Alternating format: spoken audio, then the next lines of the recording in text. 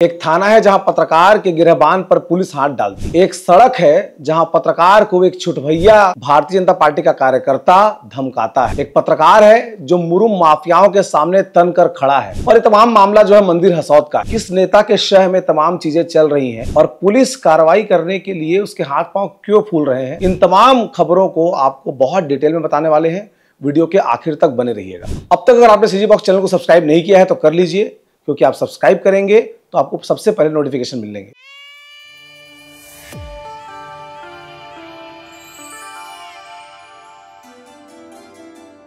क्या नाम लिख कॉपरेट करोगे? जो भी लिखता हूँ कॉपरेट करोगे तो मैं भी आपको कॉपरेट करूंगा। दरअसल छत्तीसगढ़ में अलग अलग प्रकार के माफिया पनप रहे हैं।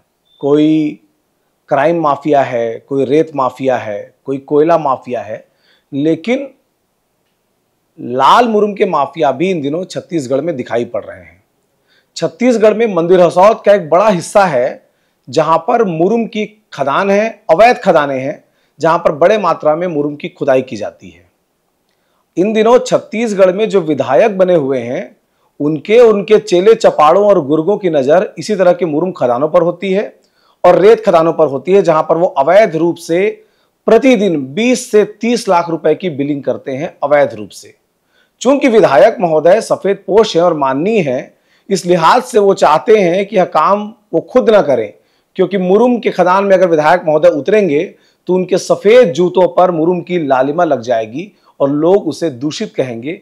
इसलिए वो अपने कार्यकर्ताओं को तैयार करते हैं ताकि तमाम आरोप और परेशानियां कार्यकर्ता झेले और अपनी कमाई का 80 से 60% हिस्सा विधायक महोदय के पास जाकर जमा करा दे। यही तो वजह है कि हर एक विधायक के क्षेत्र में जो उनके छोटे छोटे कार्यकर्ता हैं वो फल फूल रहे हैं। अभी जो वीडियो आपने देखा उसमें जो खड़ा है लड़का, उसका नाम है बलराम सोनवानी। आप लोकल हूँ। क्या नाम लिख कॉपरेट करोगे? जो भी लिखता हूँ कॉपरेट करोगे तो मैं भी आपको कॉपरेट करूंगा। आप बताइए ना। अरे क्या लिखता हूँ उसको छोड़ो ना। क्या लिखता हूँ? 30 मार खान लिखता हूँ उसको छोड़ो। भाई बात कर लो जो क्या लेने देने। चलो खस को क्या मिलेगा आपको बताओ। कवरेज करोगे तो क्या मिलेगा? हमको टीआरपी मिलेगा जी। टीआरपी हम बताइए ना कितना करना है, कितना लाइक करना है, कितना सब्सक्राइब करना बताइएगा। अरे यार बनेगा फिर आपसे यार। जाओ खदान जाओ, फिर कुछ नुकसान होगा तो आप समझोगे, है ना?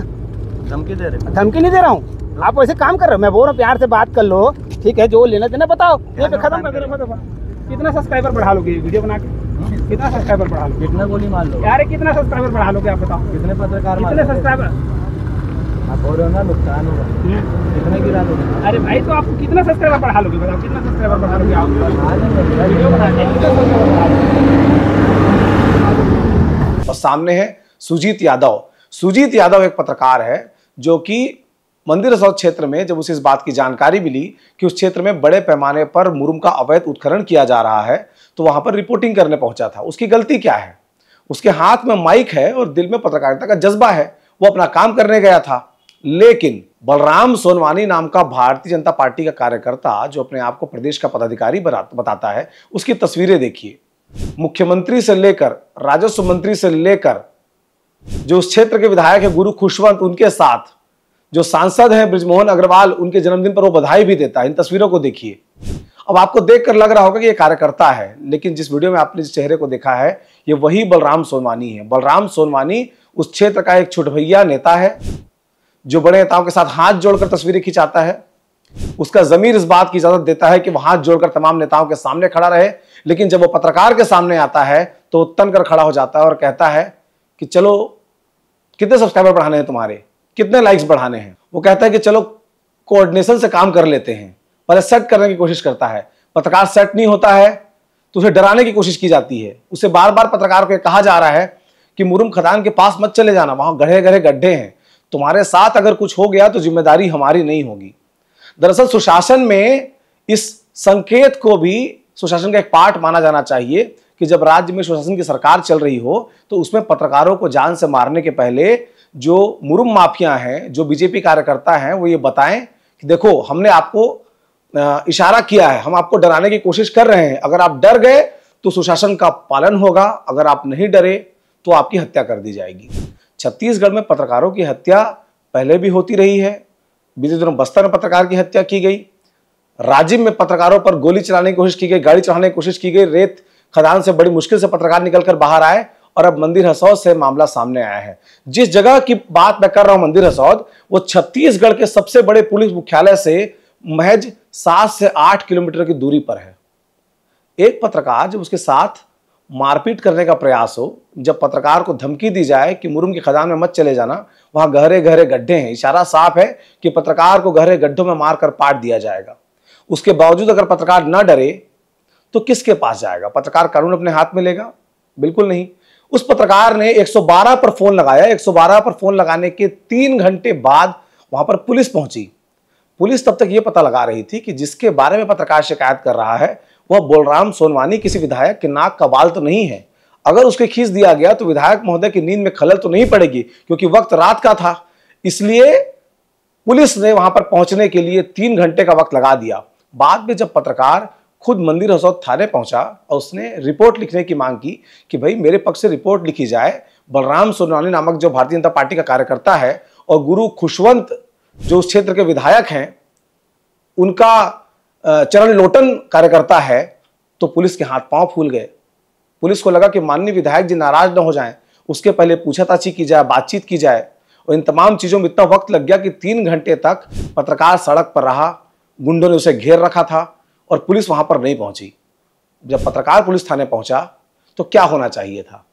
उसे बिठाकर पुलिस को यह महसूस कराना चाहिए था कि आप पत्रकार हैं, आप अपना काम कर रहे हैं, पुलिस अपना काम करेगी। लेकिन नहीं, पुलिस थाने के अंदर पत्रकार के गले में हाथ डालकर वहां का जो थाना स्टाफ है वो बदतमीजी करने लगा। वीडियो ऑन था तो गले से हाथ बहुत जल्दी छूट गया। अगर वीडियो ऑन नहीं होता तो क्या होता, आप अंदाजा लगाइए। देखिए इस वीडियो को। पत्रकार है वो, पत्रकार है। रिवॉल्वर रखेंगे, गोली मारी। गलत बात। अरे यार पुलिस वाले की गुंडे वीडियो क्यों बना रहे मेरा भाई? अपने सुरक्षा के लिए बना रहा है। सुरक्षा? अरे आप अब देखो मेरी सामने मेरी सुरक्षा। आप लोग क्या कर रहे हो ये बताओ? आप लोग क्या कर रहे हो ये बताओ? 4 घंटा से फोन लगा रहे हैं, पेट्रोल लगा रहे हैं, 112 में लगा रहे हैं। सुनिए 112 में लगा लिए, आपके थाना क्षेत्र में लगा लिए। बैठिए आप लोग, रिपोर्ट आपका लिखा जाएगा। वीडियो बना रहे हैं, क्यों नहीं बनेंगे? क्यों बनाओगे? क्यों नहीं बनेंगे? क्यों बनाओगे? अगर मीडिया जो मेरा अधिकार है। कोई अधिकार नहीं है, बिना अनुमति नहीं बना सकता। अरे यार क्या बात करने वाली बात नहीं है। आप मतलब थाने में बैठ के कुछ भी करेंगे, हम कुछ नहीं वीडियो तो बनेगा, गलत किए ना आप, गलत आबादी है। गलत दबा रहे पुलिस वाले हो गए वो भी। रिपोर्ट लिखाइए, बैठिए। अब आए हैं तो बैठिए। छत्तीसगढ़ में सबसे मुश्किल काम है अपने आसपास हो रही गलत चीजों को देखकर आवाज उठाना, क्योंकि अगर आप आवाज उठाते हैं तो थानेदार सामने आएंगे। थानेदार सामने आएंगे तो उलट एफआईआर आपके ऊपर भी दर्ज की जा सकती है।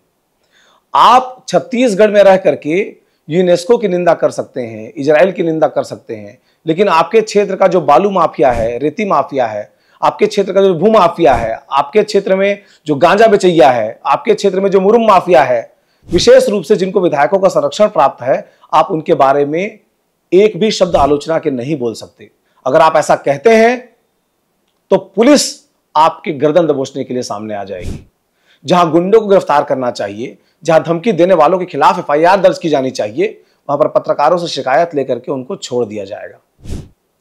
किसी मायने में छत्तीसगढ़ पत्रकारों के लिहाज से बार बार ये बात कही जा रही है पत्रकारों की ओर से कि हमें आपसे कुछ नहीं चाहिए सरकार बहादुर, केवल काम करने के लिए एक सुरक्षित माहौल अगर आप दे पाएं तो पत्रकार इतने में खुश रहने वाले हैं। लेकिन अलग अलग जगहों पर कभी भूमाफिया, कभी बालू माफिया, कभी ठेकेदार पत्रकारों की या तो हत्या कर देते हैं या पत्रकारों को हत्या करने के नाम पर डराया जाता है। ये न केवल पत्रकारों की जिम्मेदारी है बल्कि ये आम जनमानस की जिम्मेदारी भी है कि जो पत्रकार आपको हर रोज सच्चाई से रूबरू कराते हैं, आपकी ये जिम्मेदारी बनती है कि आप उन पत्रकारों की सुरक्षा का ख्याल रखें। और कुछ नहीं कर सकते तो इस तरह की वीडियोस जिसमें पत्रकार अपनी आवाज बुलंद करते हैं उसे शेयर तो कर ही सकते हैं। तो आप इस वीडियो को अधिक से अधिक शेयर करिए ताकि यह बात छत्तीसगढ़ के आम लोगों तक पहुंच सके कि जो लोग आपकी आवाज उठाते हैं उनके साथ क्या हो रहा है। मैं ऐसा बिल्कुल नहीं कह रहा हूं कि तमाम पत्रकार अच्छे हैं। हमारी बिरादरी में भी नेताओं की बिरादरी की तरह घुन और बतरकिन्नी बड़ी संख्या में है, जिनके पास ना तो डिग्री है ना तो काम करने का अनुभव है, जिनको कंटेंट क्रिएटर होना चाहिए लेकिन वो माइक पकड़कर पत्रकार की भूमिका में दिखाई पड़ते हैं, जिनको ना तो मीडिया के एथिक्स का पता है न मीडिया के लॉ का पता है। इसीलिए इस खबर को बनाने के पहले मैंने यह सुनिश्चित किया है कि जिस रिपोर्टर के साथ यह बदसलूकी हुई है क्या वह फर्जी पत्रकार है। तब मुझे यह पता लगा कि वह पत्रकारिता की पढ़ाई के फाइनल सेमेस्टर में है और कई मर्तबा ऐसा होता है कि हम पत्रकारिता की पढ़ाई करने के दौरान अनुभव प्राप्त करने के लिए रिपोर्टिंग करते हैं। सुजीत यादव पत्रकार के साथ हम जैसे पत्रकार मजबूती के साथ खड़े हैं। हम हर उस पत्रकार के साथ खड़े हैं जिसको मीडिया के एथिक्स के बारे में, मीडिया के लॉ के बारे में पता होता है। लेकिन हम उन फर्जी पत्रकारों के साथ बिल्कुल नहीं खड़े हैं जो सरपंचों को मनरेगा के नाम पर डराएं, जो शिक्षकों को एब्सेंट के नाम पर डराएं, जो पटवारी को रिश्वत के नाम पर डराएं और हर छोटी इकाई को, प्रशासनिक इकाई को धमकी देकर के जो लोग अपनी जेबें गर्म करते हैं, हम उन पत्रकारों के साथ बिल्कुल नहीं खड़े हैं। आपको सीजी बॉक्स की खबरें कैसी लगती हैं कमेंट बॉक्स में बताइए। ये वीडियो आप कहां से देख रहे हैं इसके बारे में बताइएगा। अब तक अगर आप वीडियो में रुके हुए हैं इसका आशय यह है कि आप हमसे प्रेम करते हैं, तो अपने सीजी बॉक्स चैनल को सब्सक्राइब कर लीजिएगा। जोहार।